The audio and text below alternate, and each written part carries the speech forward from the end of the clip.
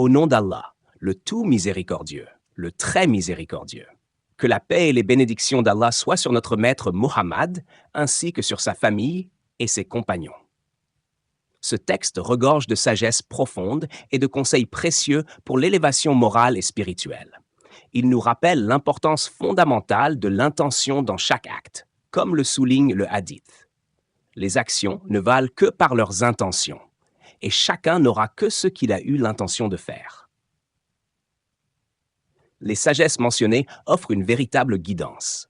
Celui qui cherche un but avec persévérance finit par le trouver. Celui qui frappe à la porte, elle lui sera ouverte. Celui qui s'éloigne des futilités et s'attache à la retenue est compté parmi les sages.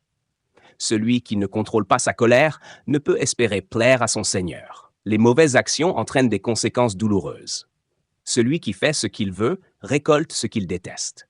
Celui qui lutte contre son âme trouve la paix et le succès dans l'au-delà. Enfin, suivre l'exemple du prophète est la clé pour obtenir les bénédictions infinies de la guidance divine. Le vers suivant résume magnifiquement ces sagesses. Et quiconque jeûne des vices rompt son jeûne avec les vertus. C'est une image éloquente de la purification de l'âme. S'abstenir des mauvaises actions conduit à l'acquisition des qualités nobles.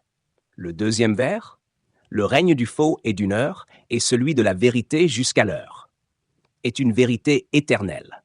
La justice et la vérité sont immuables, tandis que le mensonge, même s'il semble triompher un instant, est voué à disparaître, comme Allah l'a dit. La vérité est venue et l'erreur a disparu, car l'erreur est toujours destinée à disparaître. Sourate Al-Isra 7:80. Qu'Allah vous bénisse pour cette belle réflexion et qu'il vous accorde la réussite dans la diffusion de ces enseignements lumineux.